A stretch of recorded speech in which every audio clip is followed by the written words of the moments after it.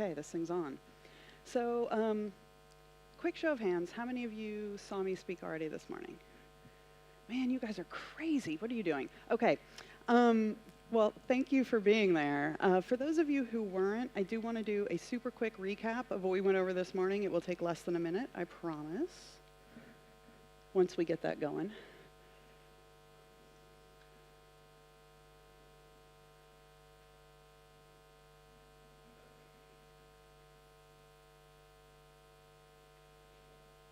I do tap dance, and if this goes on much longer, that might be what you're getting.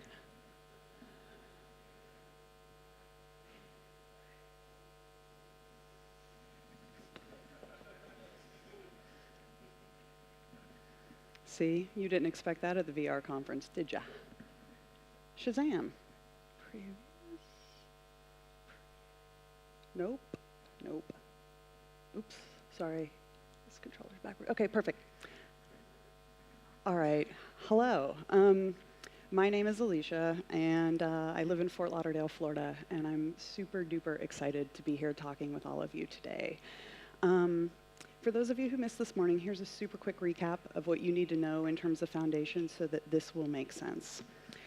Throughout the whole of human existence, we have had a need to learn, share, play, and explore.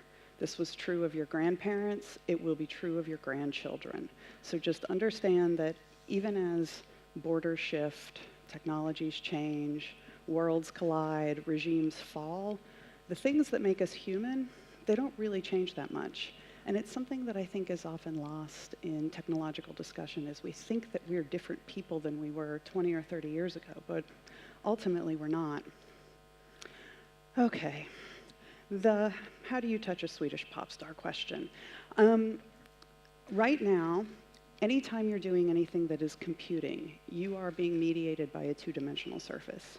That is usually a screen, not always, it's sometimes a touch surface, but it's usually a screen of some sort.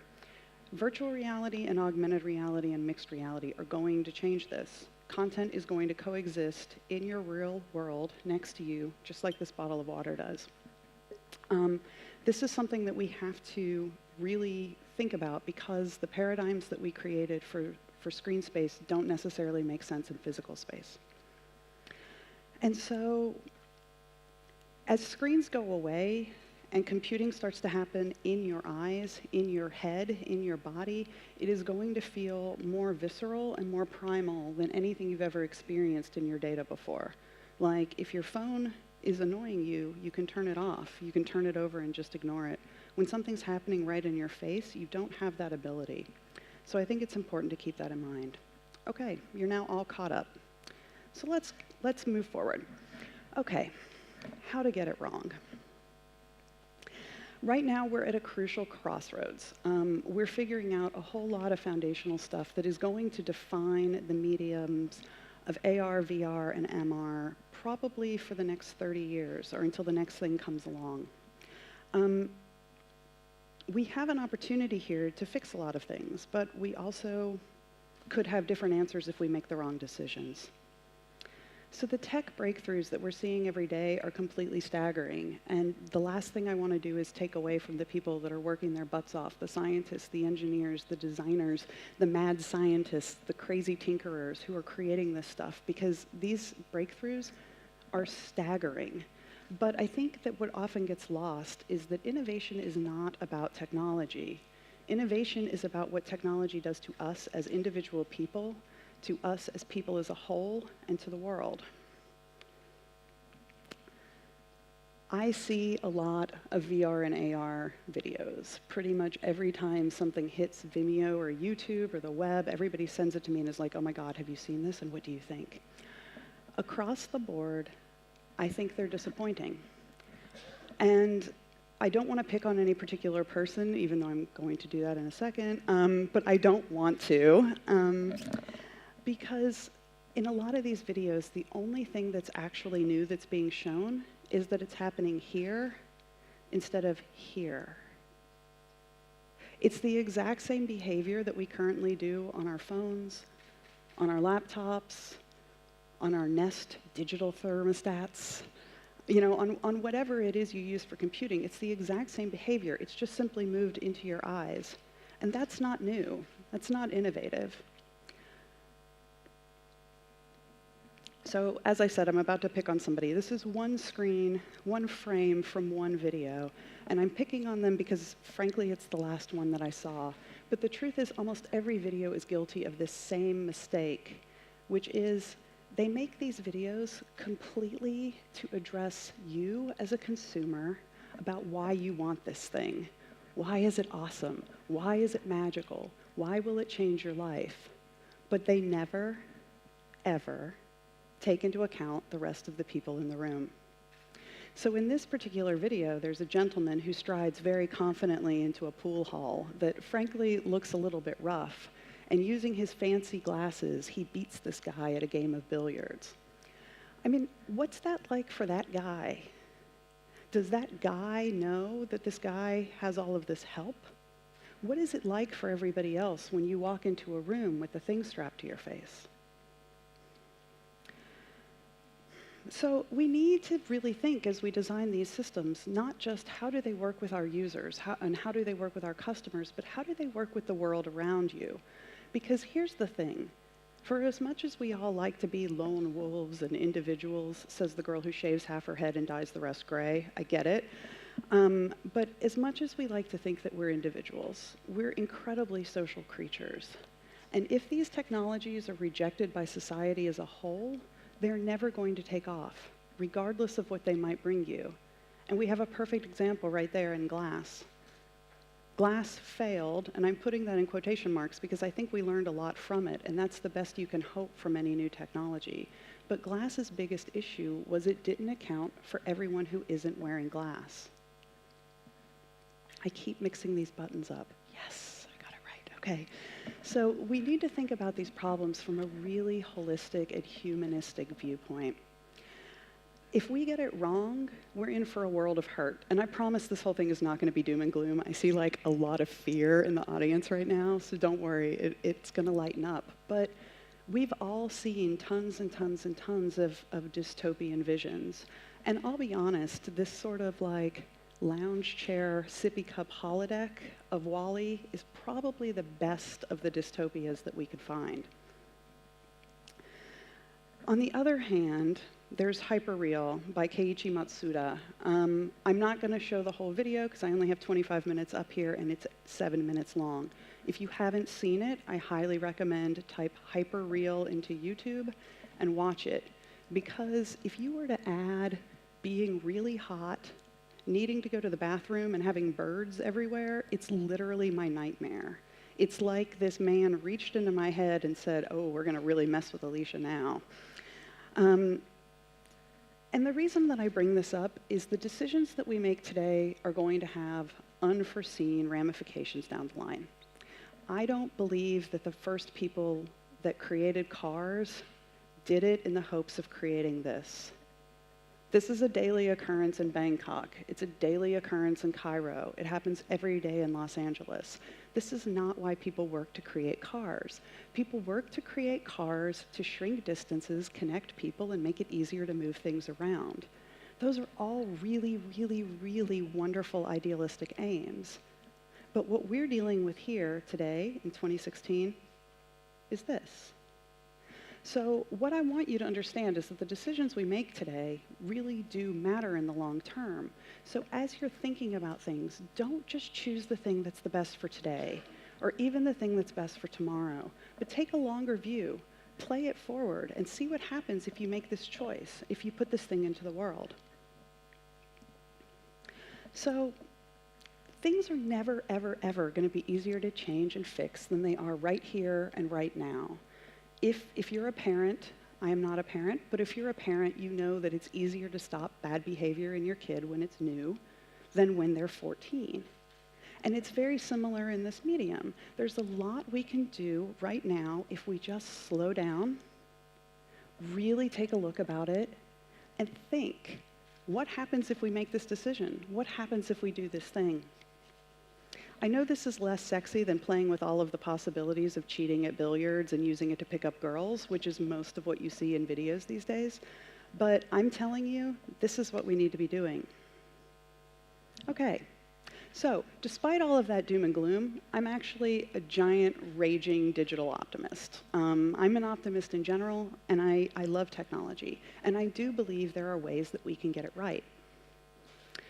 So early movies, early motion pictures, they were not the Tarantino films that we've become accustomed to. They were generally a camera filming a play on a stage.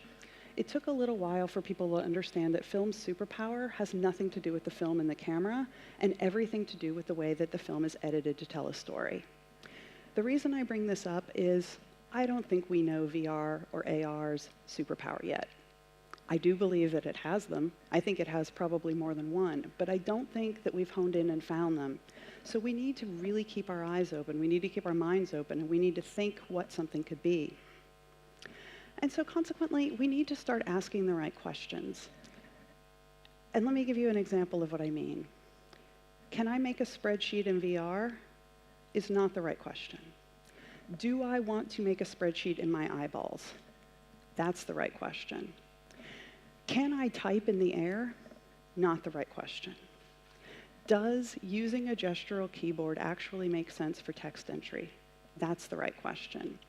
And I don't want to take anything away from the engineers at Microsoft who built the AirTap keyboard, because that thing is a tremendous feat of engineering. It's a marvel. But at the same time, if you've ever used it, you know that it has a really long way to go before it feels good. The first time I used a HoloLens, I had to enter the Wi-Fi password, and I wanted to chuck the whole thing out of the window before I finished it. You know, the fact that it works at all is a miracle, but it still has a really long way to go.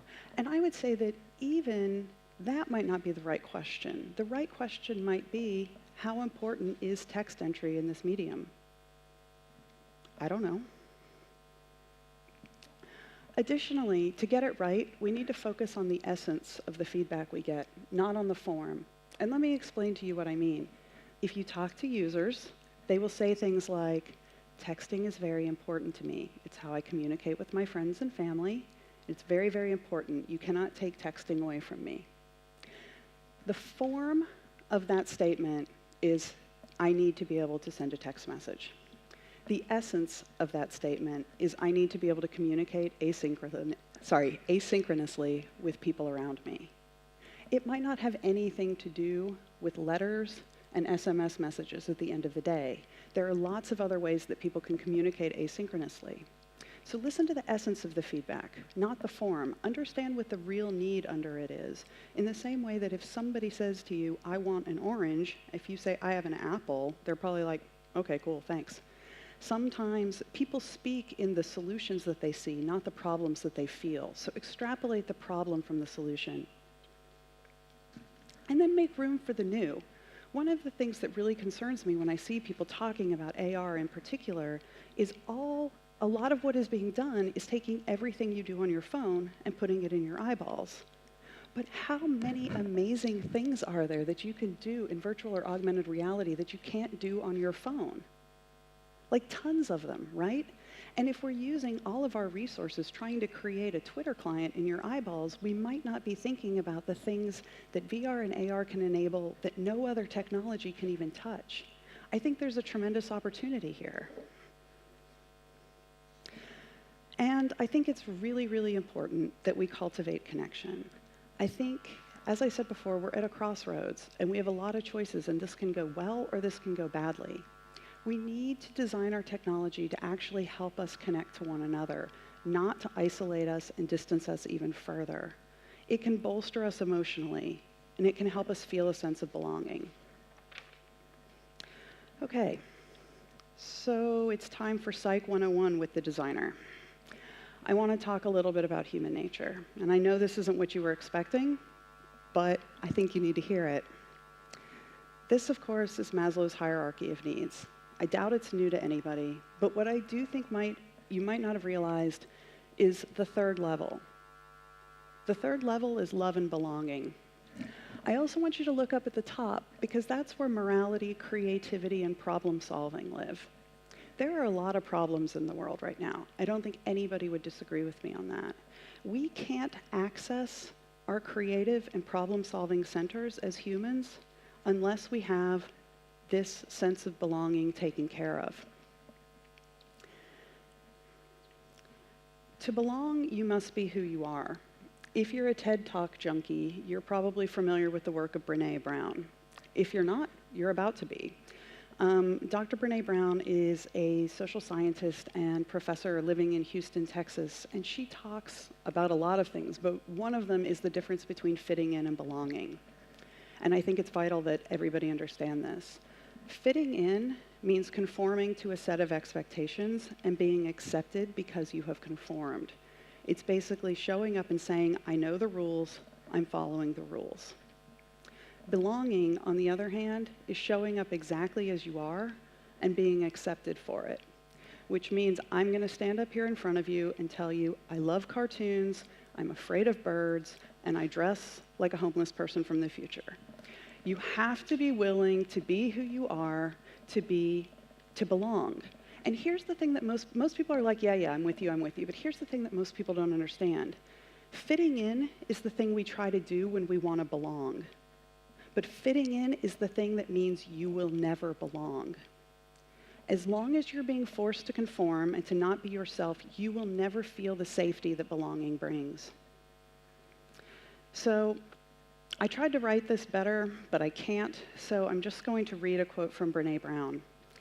A deep sense of love and belonging is an irreducible need of all women, men, and children. We are biologically, cognitively, physically, and spiritually wired to love, to be loved, and to belong. When those needs are not met, we don't function as we were meant to. We break. We fall apart. We numb our pain. We ache. We hurt others. We get sick. There are certainly other causes of illness, numbing, and hurt, but the absence of love and belonging will always lead to suffering. The absence of belonging will always lead to suffering. So the online communities that have been created out of the internet have done wonderful things for helping a lot of people find a place where they belong, even if they struggle to fit in real life. And that's a wonderful thing. However, it brings with it a pretty nasty paradox, which is, as I said at the beginning, if you're in screen space, you're ignoring physical space. So the more you belong in communities online, the more alienated you are from your life in the real world. Okay, heavy, right? But this is the opportunity, because I believe that the difference between screen life and real life has everything to do with being mediated by a screen. If, as I've been saying, screens are going away, we actually have an opportunity to allow people to have that sense of belonging both online and in their physical spaces. I want to have my cake and eat it too. If you know me, you'll be like, yes, she does. She probably wants 3 cakes and to eat them too. But if we use our brains, our hands, and our hearts to really address the big issues in this technology, I think this is the future that we can be building. So how do we do that? Well, first of all, let's start using this technology to help us connect. Okay, I see there are no minors in the room. I apologize for the bad language. It's not mine. Online gaming is another thing that, much like cars, was created with all the best intentions. It was created to provide a community for people that love games, to support gamers, to give people someone to play with all the time. I'm addicted to playing the game Dominion, but nobody ever wants to play Dominion with me at 4 o'clock in the morning, but I can do that online. There are so many great things that have come out of online gaming, but once again, unintended consequences. This is just a sampling of the hate mail and tweets that Arnita Sarkeesian receives in one day.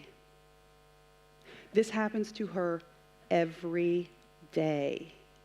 And so while online gaming was built with all the best intentions, these are the unexpected consequences. At best it's annoyance. At worst, it's death threats and actual bullying. Okay, but there is another way. How many of you have played Journey? Okay, a few hands. We're going to talk about Journey. Journey was a game that was originally released for the PlayStation 3. Its graphics are beautiful, but not fancy. Its sound design is absolutely brilliant, but it's very, very simple. Its control schemes are expressive, but easy. You don't have to be crazy hand dexterity person to play this game.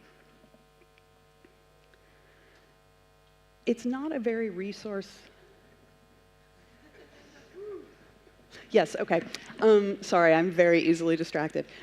Journey is not very resource intensive. And the reason that I'm bringing this up, this is not what we're going to talk about, but I do want to point out that even without, true photorealistic or a really high polygon, you can create something that will change people's lives and open their minds and make them cry. We'll get to that. You don't need tons of polygons to get a message across. And given the limitations in AR and VR, especially the head-mounted stuff where you're constantly butting up against weight, heat, and battery life, if you can reduce the complexity of what you're trying to show, you can reduce all of those limiting factors. When creating Journey, that game company, who are the creators, stripped out everything that was inessential and really focused on the core mechanic of the game.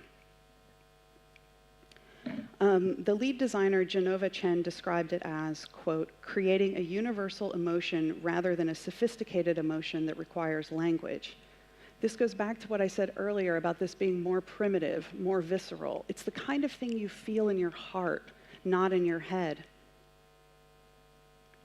So when you play Journey, that's what you look like. And any person that you come across in the game is also a real person that's in the game. Removing language from this game, the way that you communicate, sorry, I remember most of you haven't played, the way that you communicate is it's called call, and you basically emit this chime, and each character has a different frequency on which they chime. And this is how you can get the attention of someone on the other side of the room and get them to see that you're there. That's literally the only way that you can communicate in this game. So it removed all of the pain of localization. If any of you have ever localized a game title or anything, you know that that's really hard. But additionally, it removed the ability for people to be mean. It removed the ability for people to be bullies and for people to be cruel.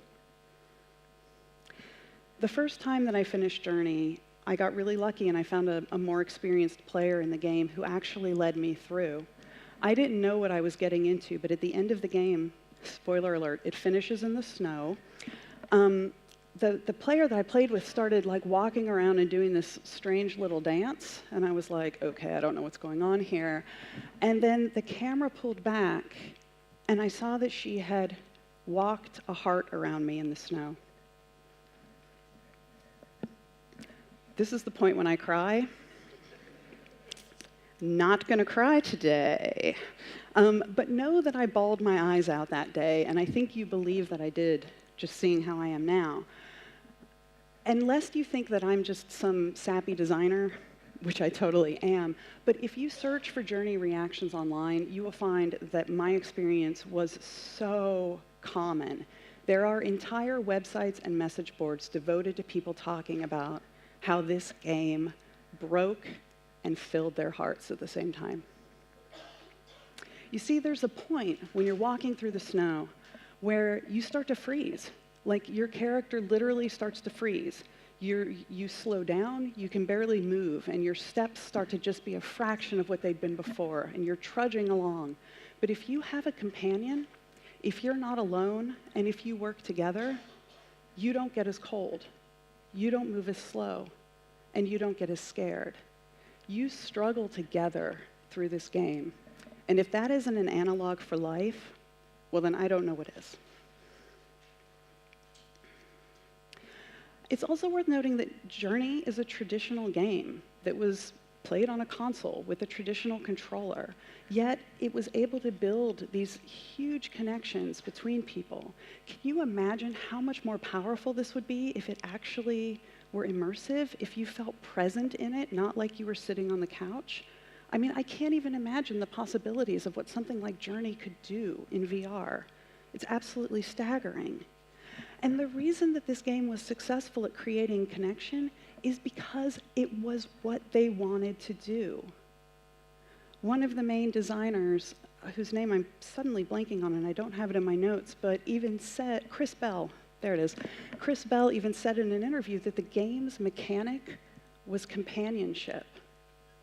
Most of the time when a game designer talks about a mechanic, it's about puzzles and buttons and things like that. They designed this game for companionship. Okay, so I think that as we think about VR and AR, we need to mind the gap.